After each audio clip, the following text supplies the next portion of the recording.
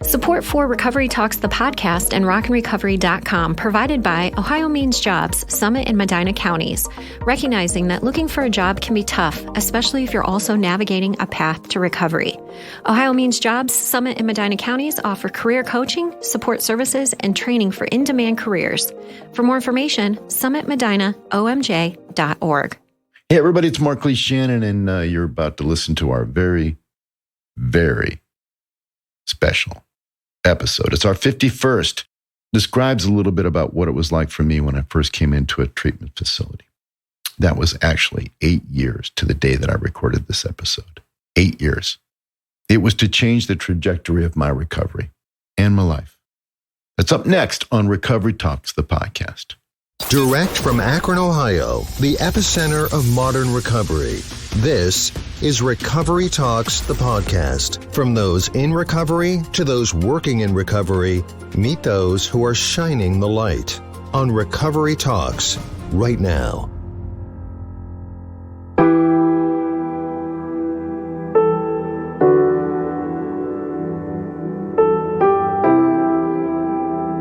Everybody, it's Marc Shannon, and I'm your host of Recovery Talks, the podcast. And today is a very special day to me. You see, it was 8 years ago today, June 2nd, 2014, that I entered a detox facility to begin my journey towards sobriety. And if you don't know me, you should know that I am a person in long-term recovery from substance use disorder. Also, I struggle with some mental health issues. Those are co-occurring disorders. I like to use those descriptors today instead of calling myself an alcoholic or an addict, because that's not really who I am anymore. It's who I was. Now, of course, being mindful that all of me will somehow remember that some of me is still that person. But I like to look forward, and I like to self-describe in a positive way, which is I am a person in recovery. But it was 8 years ago on this day that I entered a detox facility. What was going on at that time? My life was unraveling. The week before, which was Memorial Day weekend, I had, for the very first time in my life ever, missed a gig as a musician. I'd like to say it was because I had injured myself, or maybe because I had the flu and couldn't play, or maybe something happened on the way to the gig. But no, that was none of that. What it was, in fact, what it truly was I was drunk. I couldn't make it. Of course, I called off. As I say that, I remember I didn't call off. I had somebody else call me off, like a school kid, afraid to go to school. Made a lie, made an excuse, and I don't think any of my bandmates believed it. But that act of stepping away from my life, again, sent me in the following days down a deep, dark road. And everyone around me didn't know what to do about it. I understand now that there was some talk among my friends, my close friends, and my children about what are we going to do with Dad? Well, I called a person finally on the morning of June 2nd at their urgings to take me somewhere to detox, to help me. And this is a person I've spoken of in previous podcasts and articles that I've written, especially in my upcoming book called Sober Chronicles, and in the Devil's Strip magazine, which is a local arts and community magazine where I published many of those monthly essays. This person came over to me and she said, look, if you want to die, I'm out. But if you want to live, I'll take you to detox. I'm told that it took me several minutes to make that decision to live. But I did. And she gathered me up and put me in the car and took me to Akron General. And thankfully there, a doctor, a very kind doctor, found a bed for me at St. Thomas Hospital. I remember the kiss on my forehead telling me I was going to be okay. And I remember the next thing is that I took what I like to call a $600 cab ride. It was actually an ambulance ride What I remember about that ambulance ride over to detox is they were giving me drugs to settle me down. The two drivers were joking about me being an old guy, another old drunk they were taking. I don't think they could tell I could hear, but I could hear every single word they were saying. It was humiliating. It was not the end of the journey that was going to happen for the next week.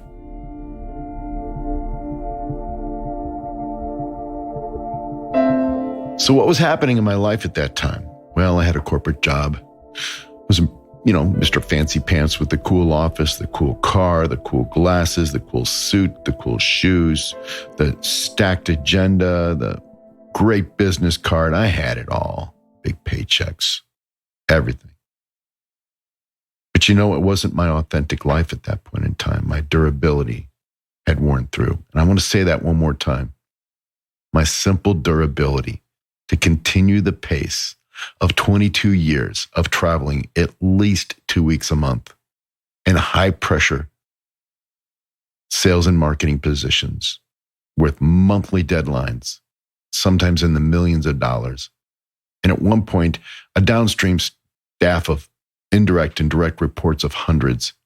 It just wore me down. On top of all that, I was a type 2 diabetic. So my body had been beaten up in a lot of ways. My durability just worn down like an old set of tires. Surely and certainly, they were going to pop. And that following week after I missed the very first gig in my life ever, all my tires deflated. But for now, I was in detox.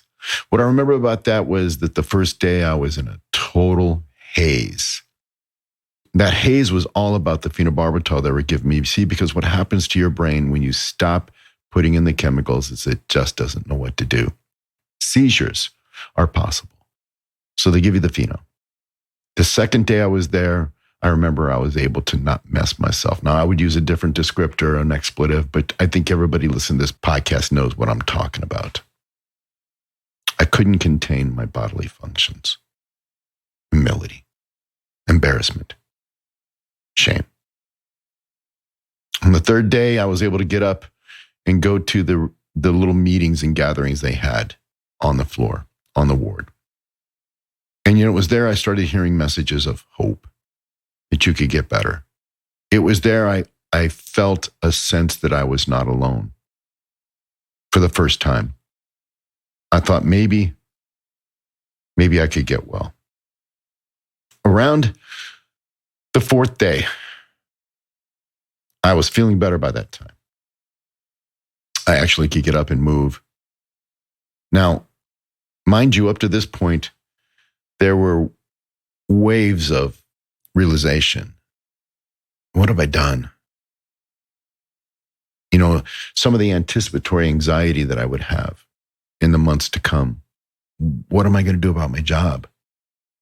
How am I going to make a living? I got payments. What am I going to tell people? What's going to happen? What's going to happen could have been written in a felt pen on the forehead above my eyebrows. I was terribly frightened. But I went to the meetings on the ward and there was a message of hope. There was a message of, you're not alone. There was a message of, hey, maybe you're not a bad person. Maybe you're a person with a medical and mental health issue that needs to get well. And for the very first time, I started realizing that maybe I wasn't a bad guy. Maybe I wasn't a total failure, loser.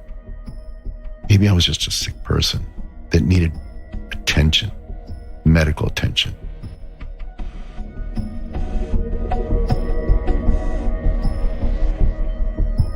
In the coming months, there was a record that I loved very much. The gentleman who made the record is Jason Isbell. The record is Southeastern, and there's a song called Cover Me Up. Now, of course, on this podcast, I can't play that music, but I urge you to listen to that song, Cover Me Up. Cover Me Up.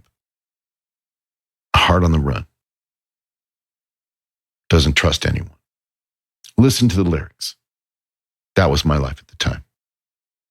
On about the fourth or fifth day, something happened to me. Something I don't talk about that much. especially outside of the recovery community, because it kind of sounds, I don't know, maybe a little fabricated to some people. If you don't have a root or a belief in spiritual beliefs, then this can seem really strange to you. I grew up with 12 years of Catholic education, and I'm probably one of the few people I know that is an ex-Catholic that's not pissed about it. I'm not.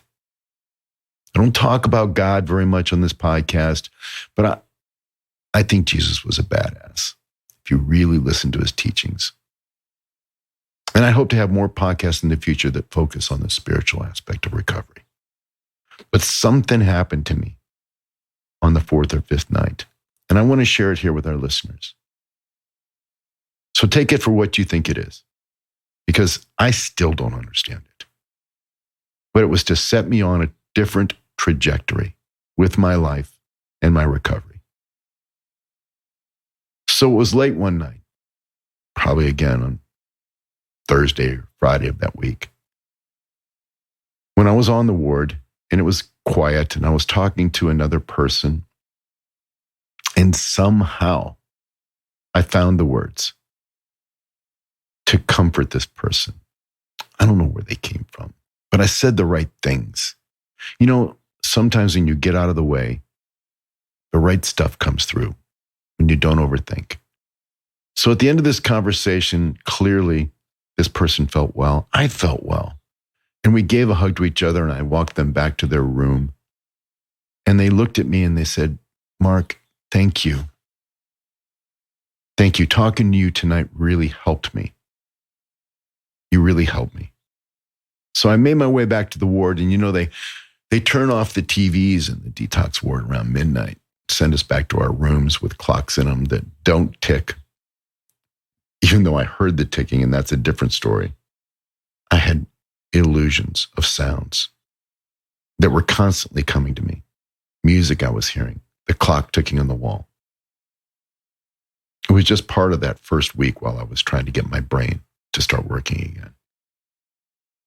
Well, I headed back to the ward, and I sat in one of those kind of ugly chairs. And then it happened. Something happened. And I know you're not going to, or maybe you might, or maybe you're going to think I'm crazy.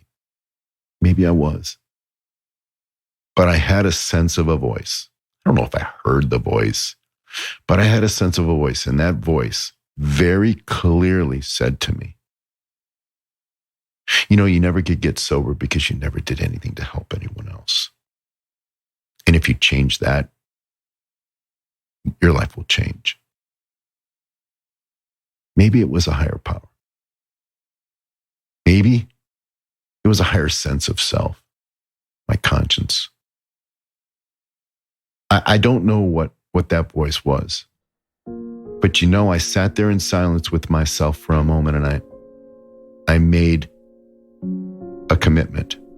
And that commitment was, if I could find a way to stay sober for a year, then I would find a way to come back into that same detox ward and tell people what I did.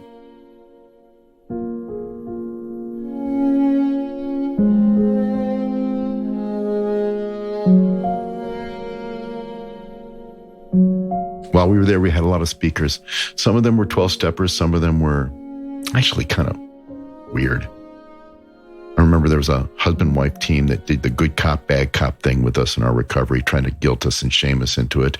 There were some old-timers with the finger pointing. There were some kind people. There was a group of people that could barely speak English from some sort of seminary that came to talk about their experience with finding God in recovery, and they really couldn't speak English, but we knew what everybody was talking about in the room. It was weird sometimes, and sometimes it was joyous, and sometimes it was comforting and kind and honest. But the angels of mercy that operate the detox wards, those angels, they saved me. They saved me. You know what? I think this is a good spot for us to take a little break. So we'll be right back after this. Our lives are not lived sequentially. After all, we're not a DVR. We have lives that take us in multiple directions, and sometimes absorbing our favorite podcasts are done sporadically and out of sync. We might have large amounts of time to listen and get caught up on episodes, and other times life in general just, gets in the way. But here's the thing. Every guest, every topic, every journey from the darkness into the light has been and will be captured and preserved at recoverytalks.org. Miss an episode? No, you didn't. Every one of them is safely stored and kept in one place, designed to be listened to whenever life allows it. Recovery Talks, the podcast, at recoverytalks.org. So the day finally came for me when I had to leave. And of course, before I left, at the urgings of some of the hospital staff, anyone leaving a detox ward is asked to consider two things. Number one, will you get treatment? And there's two ways to go. And the first way is IOP, which is intensive outpatient. And that's really where you go for partial hospital during the day or at night, depending on your life. And that continues for a while. And the second option that you get is to be inpatient. And if you go inpatient, that means, maybe you've been to that parade of IOP, or you've been to that treatment, or you've been to those other ways of doing it. The third thing that you can do is nothing. And to be frank with you, that's a lot of people's choices. You see, I'll just go back home and, my husband, my family, whatever, said that they'll take all the alcohol out of the house. Or I'm not going to do drugs anymore with that person. They're out of my life. Or I got this. I can tell you that doing nothing is the sure way to get no results. So I went into an IOP program and I met a tough old bird. She was another angel in my life, and she convinced me that I wasn't a bad person, that I was a person that needed medical and mental health treatment. Game changer. So I got out of detox, I guess it was on or around June 10th, because the next weekend was Founders Day. And something else happened. This was the second episode of what happened to me. Is there a higher power? Is there a higher sense? I don't know. But that week later, after I got out, I went to Founders Day and I found myself in the chapel at St. Thomas Hospital. I went into that chapel and I sat down to say some thoughts and prayers. And I found myself alone in the chapel. And for the first time, staring up at the statue of Mary, I just broke down. I cried out a prayer that said, please help me. I can't go on like this. And at that moment, I broke into tears. The kind of deep crying that I had not done maybe ever in my life. I think I sobbed for a few moments when all of a sudden there was a touch on my right shoulder. And there was a sweet, kind lady there with a box of tissues. And she just looked at me and said, "Oh, you poor thing." And she patted me on the shoulder and gave me the box of tissues. I took 2 or 3 tissues and wiped my eyes, took a deep breath, and turned to see her and to thank her. And there was no one there. Now, I don't know how to explain that. Did she leave? Did she somehow sit out of my sight? I don't know what happened there. But I can tell you there was a feeling that came over me that I was going to be okay. I don't tell you these stories lightly because sometimes people think you're crazy, Marc Shannon. Yeah. At that moment, I certainly was crazy. I certainly was. So I started on my journey to recovery. In that first summer, man, I went back to work out in July. I was a total mess. My head didn't work. I couldn't think. I couldn't remember things.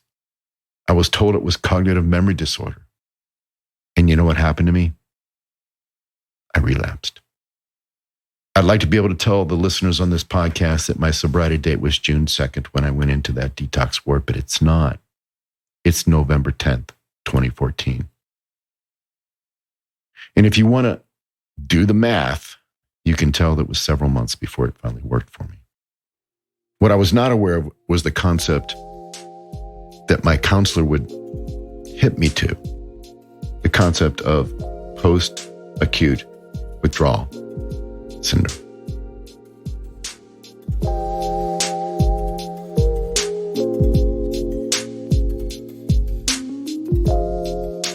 So as I was trying to get my brain to work again, I was dealing with what was called post-acute withdrawal symptoms.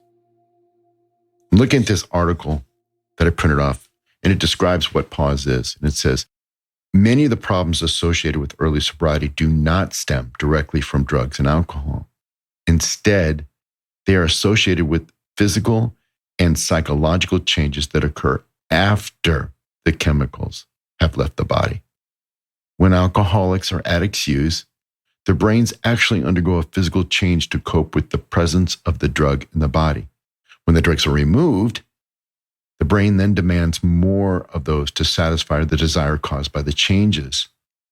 This creates extreme symptoms, and they're often experienced immediately after using has stopped. When you stop, of course, it's called acute withdrawal. So acute withdrawal is unfortunately not the whole story. My body was making adjustments to the absence of the drugs. Even though I was starting to feel better in some ways, those changes from not having the drugs in my body meant that my brain needed time to get back to its original state. I mean, to the extent it could. I was experiencing post-acute withdrawal syndrome. You know, all addicts and alcoholics suffer from the damage to their bodies and nervous systems from drug and alcohol use. You know, sometimes it's even from crashing your car or malnutrition. They also suffer from chronic diseases such as diabetes or hepatitis or whatever. Anyway, when you stop using, you can really bring to the front door a broad array of other problems. Recovery causes a great deal of stress. Many alcoholics and addicts never learn to manage that stress without alcohol or drug use. And man, I was in the middle of stress. Back to work, corporate boy, fancy suit, new responsibilities for a company that was very demanding. The ability for me to deal with all this depended on my willingness to take care of myself and maintain a healthy physical, emotional, and spiritual lifestyle. I was told later that repairing the damage to the nervous system usually requires about 6 months, sometimes up to 2 years, for a healthy program of recovery. Post-acute withdrawal syndrome is really at the center of most relapses. And I was going to relapse. I relapsed over and again. It seemed every 6 weeks. Every 6 weeks. Finally, on November 9th, 2014, I had my last night. And I remember I was supposed to go on a trip the next morning for business to New York. And I remember sitting up all night in my upstairs bedroom prison, drinking terrible wine, smoking cigarettes and sitting by the window, barely sleeping. I remember being picked up to go on that trip by my friend. And I remember my dog Martin, knowing that there was something wrong, as I put my suitcase in the trunk, he jumped in the trunk with me because he knew I was in trouble. What he didn't know is Daddy had had his last drink. November 9th, 2014 was the last time, to this day, that I'd had a drink.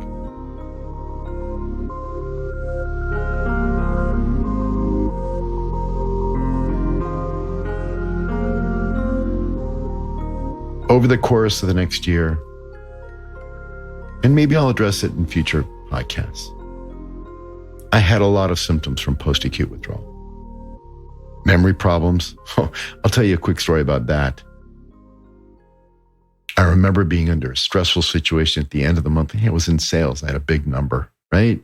And I remember calling an assistant and saying, hey, this. And she said to me, Mr. Shannon, I'll answer that question for you, but are you aware you just called me 20 minutes ago to ask that question? I hadn't remembered that I just made that call. My brain didn't process it. Some of the other stuff that I went through in that first 6 months was emotional overreaction or just numbness. You know, people with emotional problems in early sobriety tend to overreact. A lot of people who know me tell me, you don't need to be sober to overreact, buddy. It just puts more stress on my nervous system. And sometimes I just shut down. Sleep. Oh my goodness.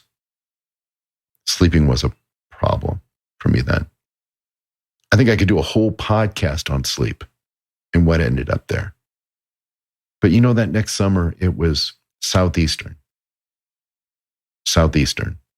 The summer of 2015, because, you know, a lot of things happened in my first 6 months of sobriety. Corporate America told me not to show up anymore and they stopped paying me. Yeah, I got fired. And I can remember calling somebody and almost being relieved that I was fired.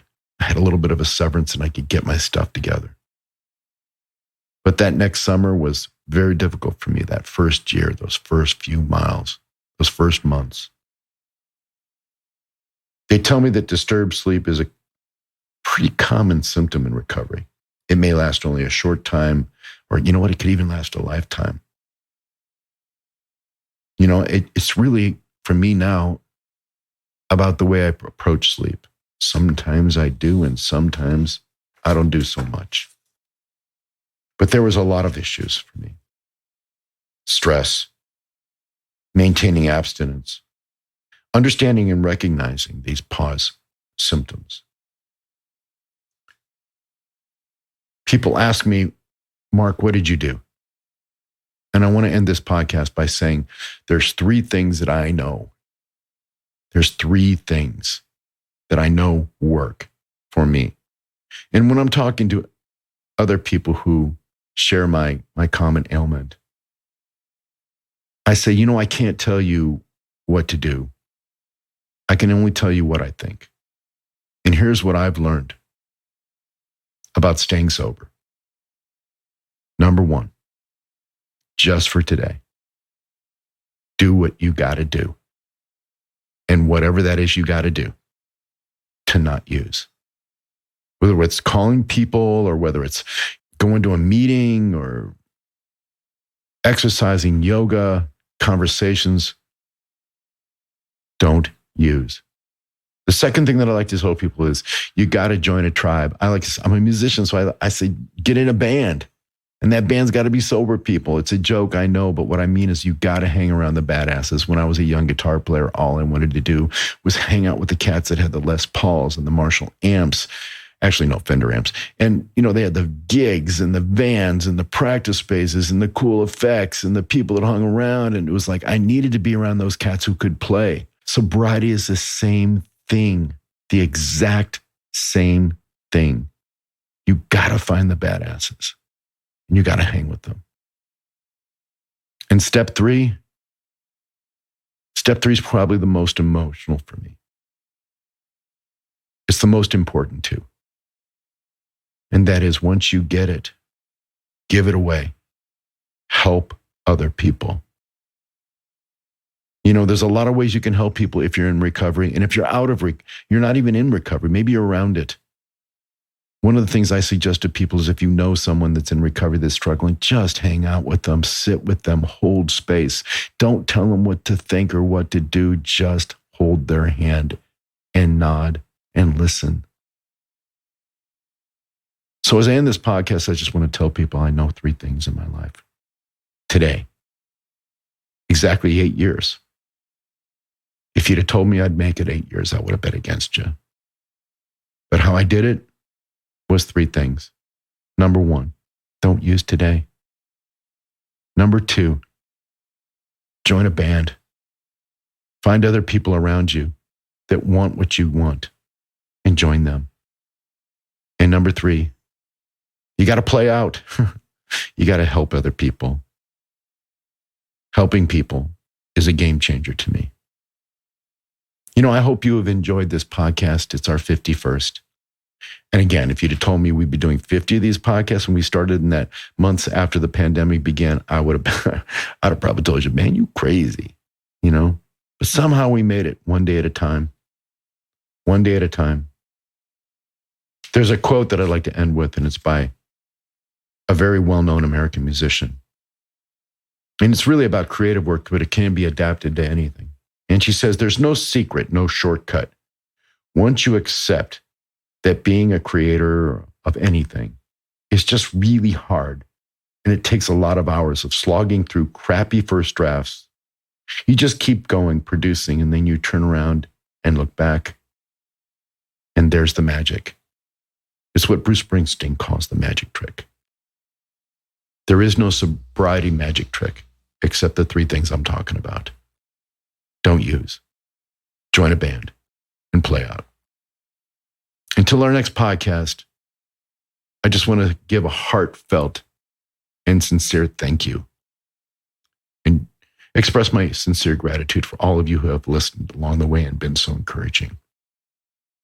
We all have to stay connected.